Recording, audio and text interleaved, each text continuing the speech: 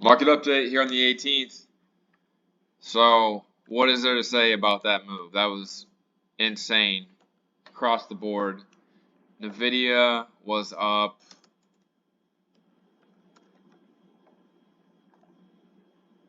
5% today and had a high of somewhere in the 317s. Absolutely insane. And obviously, I told you yesterday in the video, 332.25 was the invalidation level. Obviously broke above that. And so my count has changed a little bit.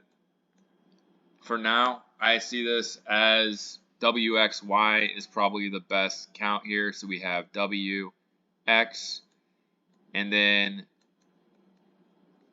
since all that was wrong, we have 1, 2, clear 1, 2 right here. You can see it's on the daily too. And then a clear third wave here. So I think we're in a third wave. And how much higher can that go? I think there might be a little bit higher tomorrow. And then consolidation maybe in the afternoon. And the reason I say that, first of all, let's go over exactly targets.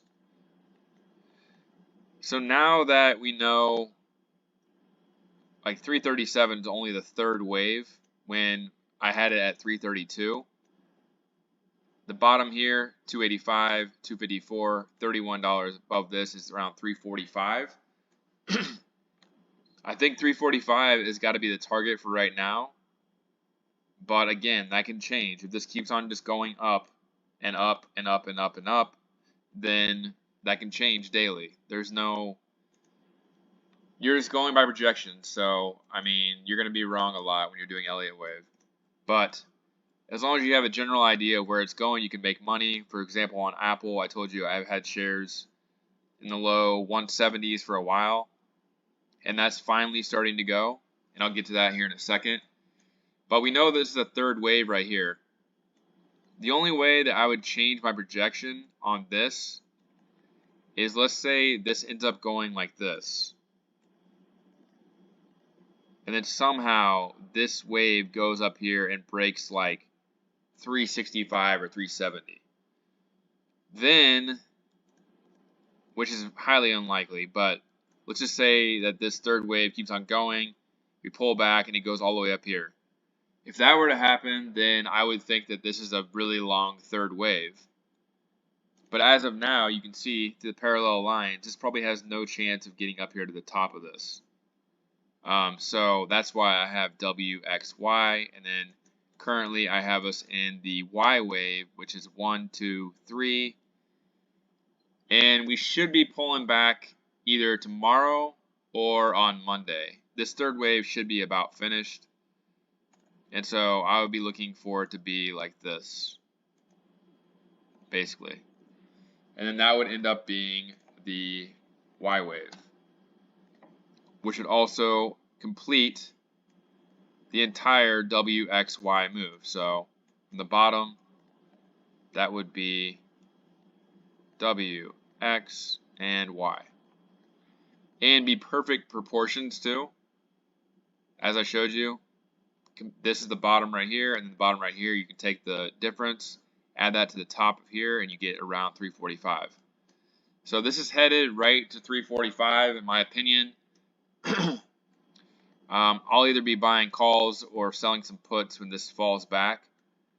And I'm currently still in my Apple position. I'll show you why it makes a lot of sense with Apple.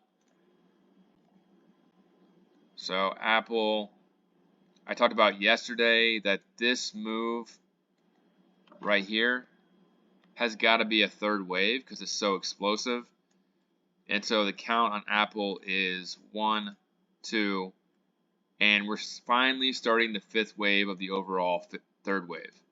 So third wave here, 1, 2, 3, 4, 5. Looking for 177 to 178. I'll probably sell there. I don't really want to wait through a fourth wave, to be honest. Because if we go up here to 177 to 178, we're probably going to fall back down here to at least 174. maybe even lower than that, maybe like 172. And so if I want to, I can reload for the final move higher to 182.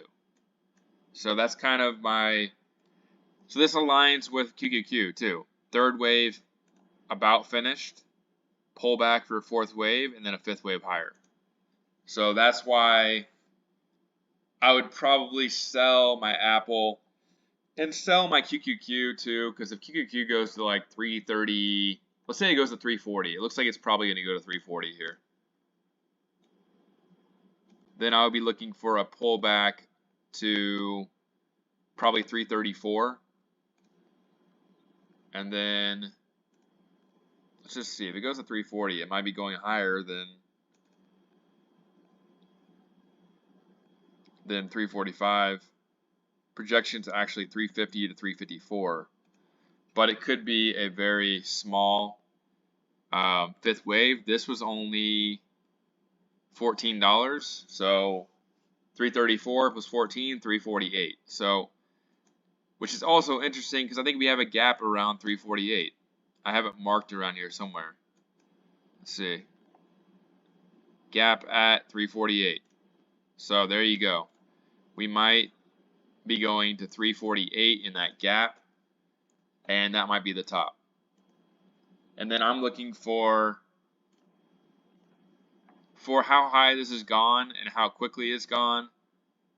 I think that it makes sense that this rally is probably finished, and we're probably going to resume the downtrend.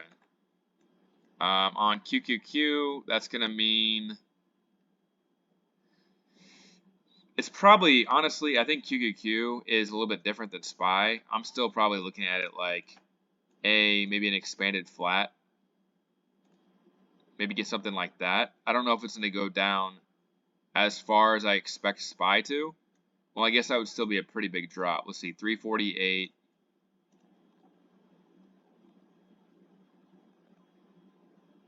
To 235, potentially 208. So what is that? 348 to 235. Let's see. So that would be a 32% drop. So 32% drop down here to 235, potentially down here all the way to 208 after this tops out. The only other possibility would be something like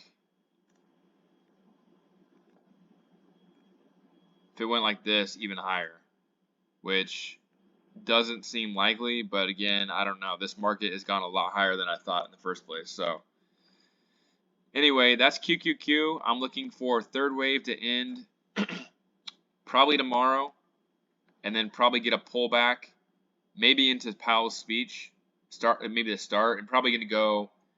It'll probably take into next week, I would say, some red going back down to 330 to 334, and then probably going into all the debt ceiling stuff. Maybe we get a fifth wave. So it kind of depends on the timing, but maybe the debt ceiling stuff won't be good news. Tesla, still moving higher. And honestly, on all of these stocks right now, I'm just following Apple and QQQ.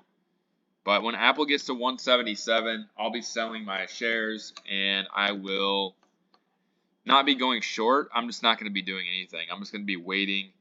I think the upside will be very limited at that point. NVDA, I'll give you my best shot for what I think, where I think this is at. So just using parallel lines.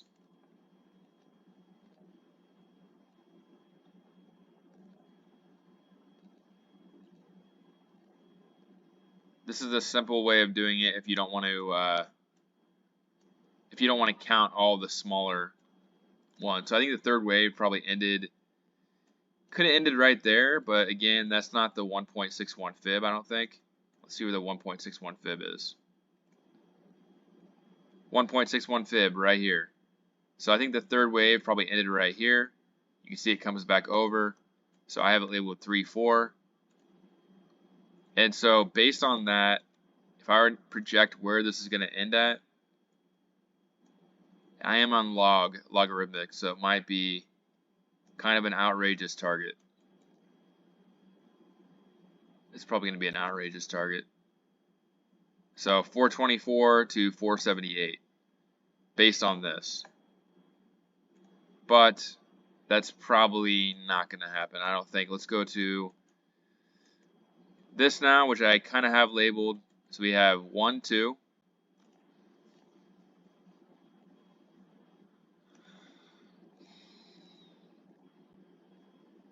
And we just validated the third wave here. Let's go down on lower time frames. And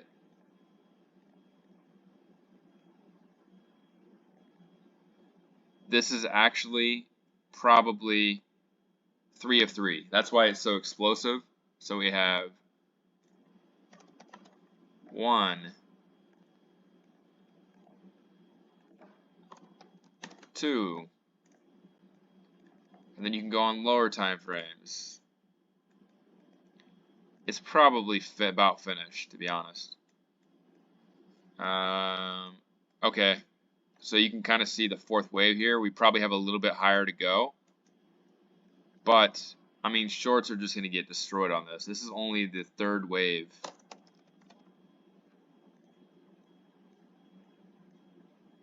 Let's do this. So we have 4, 1, 2. Get rid of these. So I'm kind of doing these a little bit more on the spot. But we have 1, 2.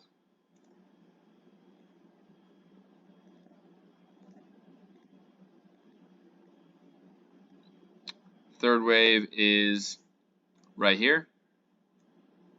So maybe we're in the fourth wave of the overall third wave. I would say that's probably the end of the third wave right here. 1, 2, 3, 4, 5. And so looking at that, we probably are going to have something like that. I would be looking for, I don't know, about 337 maybe. I don't know on targets. I'm just going to go ahead and mark it. So we have third wave ending right up here. So let's just say 3 right here. 1, 2, 3. And then we'd be looking for pullback. Let's just say 316 again.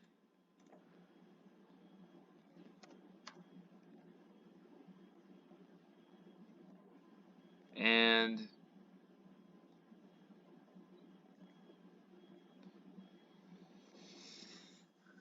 probably going to go to 352 to 361.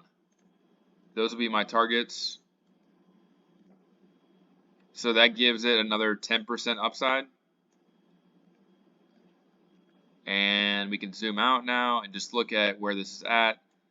And that would actually be new all-time high. So maybe we'll see if it gets above the all-time high. But that would be my best guess at this account. A lot of choppiness though, but I think that it probably has some more upside probably after earnings. So I would imagine that shorts would probably get squeezed again after earnings. And everything's lining up for early June, so we'll see what happens. Again, Tesla probably going to go a little bit higher. I'm still looking for a 180, I think, on this. Let's look at Microsoft. Previous videos, I talked about 320. At this point, 1, 2, 3, 4.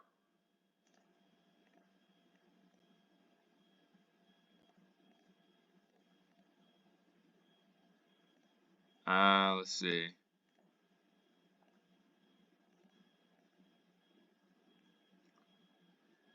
Probably somewhere in the 320s is going to top out, I would say.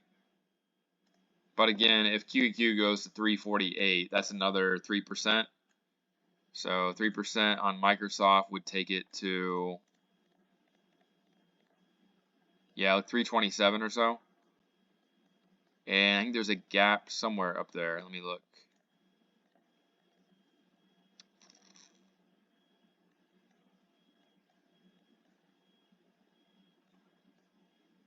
Yeah, there's a small gap up here at 326. So there's gaps that need to be filled, and it looks like QQQ will probably go to 348, Microsoft 327, Apple 182. So we are very close to the top, and maybe NVDA doesn't go that high. Maybe the third wave's finished, and we're already starting the fourth wave. That was just a projection. So we'll see what happens. The dollar has gotten a pretty good bounce, and it hasn't really mattered. But that also shows you that people are going to cash. People are selling and going into the dollar. And so I would imagine that at some point this is going to have some relevance, probably in the next week or two. So the VIX, no point in really talking about it that much. It's just straight down. Interesting though, it did bounce off this trend line that I've had drawn up here for a while. And that trend line goes, or that trend line doesn't even make sense. Never mind. I don't know why that trend line's off a little bit. Anyway, I'll leave it at that. Basically, QQQ is finishing up a third wave. Look for a fourth wave pullback into next week, and then another move higher, probably to 348. Apple, look for 177 before a pullback, and then look for 182. And NVIDIA going higher, Microsoft going higher. Oh, I didn't go over SPY. Honestly, I don't even really look at SPY that much right now. So SPY all the way up at 419 now. Getting close to the top as well, but I think it's probably, like I said, third wave here. This is the third wave. So it's going to do the same thing as QQQ, pull back into early next week after tomorrow. And then one more move higher. It could go all the way as far as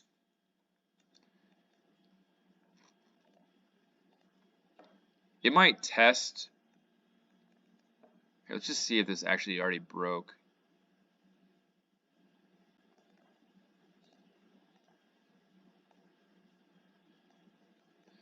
It might test the August highs, to be honest, at this point. So that would give it the same amount, like 2 or 3% higher, just like QQQ. So I'll leave it at that. Again, use Apple as your gauge, really, because QQQ and SPY, I think Apple is a lot easier to read right now. And so I would look for Apple to hit 177, pull back 182. I'll leave it at that. Leave me a comment. Tell me what you think. And make sure you like and subscribe for more updates. We're getting close to the top, but it might be another couple of weeks. So I guess stay bullish if you want to, or if you want to just stop even trading right now and just waiting for the top, then that's fine too.